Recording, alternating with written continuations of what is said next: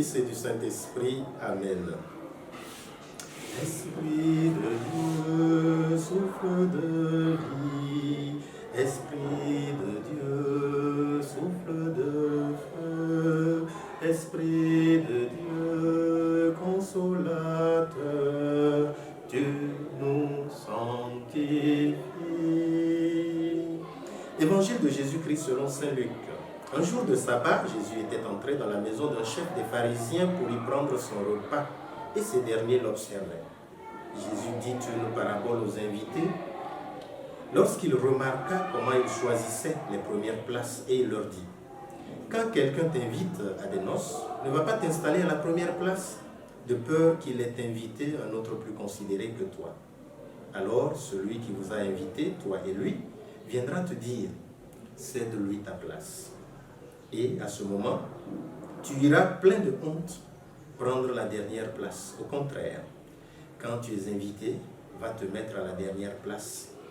Alors quand viendra celui qui t'a invité, il te dira: mon ami, avance plus haut, et ce sera pour toi un honneur aux yeux de tous ceux qui seront à table avec toi. En effet, quiconque s'élève sera abaissé, qui s'abaisse sera élevé. Jésus disait aussi à celui qui l'avait invité: quand tu donnes un déjeuner ou un dîner, n'invite pas tes amis, ni tes frères, ni tes parents, ni de riches voisins. Sinon, eux aussi te rendraient l'invitation, et ce serait pour toi un don en retour. Au contraire, quand tu donnes une réception, invite des pauvres, des estropiés, des boiteux, des aveugles. Heureux seras-tu, parce qu'ils n'ont rien à te donner en retour. Cela te sera rendu à la résurrection des justes. Acclamons la parole de Dieu. Louange à toi, Seigneur Jésus. Aujourd'hui, nous sommes le 28 août 2022, 22e dimanche du temps ordinaire de l'année C. Aujourd'hui également, saint Luc nous offre ce beau texte avec ces paroles édifiantes du Seigneur Jésus. Le Seigneur Jésus, qui n'était pas quelqu'un de renfermé sur lui, on voit bien qu'il participait à des invitations, puisqu'il a été invité dans la maison d'un chef des pharisiens. Donc, ne critiquons pas tout de suite lorsque nous voyons certains responsables de l'Église, parce qu'ils ont participé à telle invitation ou à telle autre invitation. Jésus le faisait, ce n'est pas pour autant qu'il se compromettait avec ces personnes. Donc, voyons de façon plus claire les choses pour ne pas aller vite en besogne. Mais ce n'est pas de cela que je veux parler. Je voudrais dire que le Seigneur nous invite non seulement à savoir nous comporter, mais surtout, il nous appelle à l'humilité. L'humilité, c'est une valeur essentielle dans notre vie de chrétien. L'humilité ne signifie pas que l'on a un complexe d'infériorité. Ce n'est pas de cela qu'il s'agit. Ce n'est pas un complexe d'infériorité.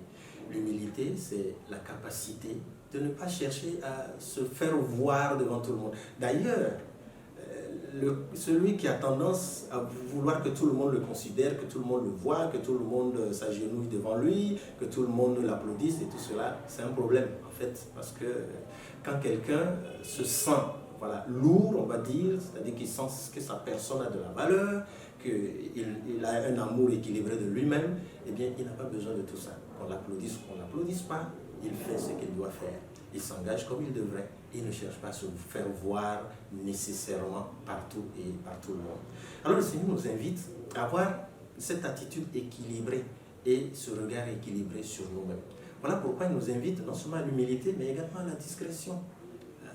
Donc nous avons à respecter un certain nombre de normes, à nous respecter et à savoir nous conduire par rapport à cela. Et surtout à ne pas avoir des prétentions au-dessus de la réalité et au-dessus de nos moyens.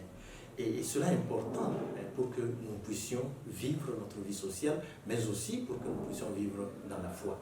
Parce que devant Dieu, nous sommes des personnes qui doivent se soumettre à lui. Se soumettre pas dans le sens où nous sommes des personnes sans liberté. Non, nous avons notre liberté, mais c'est sa volonté qui nous rend encore plus libres et qui nous rend à nous-mêmes et qui nous permet d'être ces chrétiens convaincus dont le Seigneur a besoin.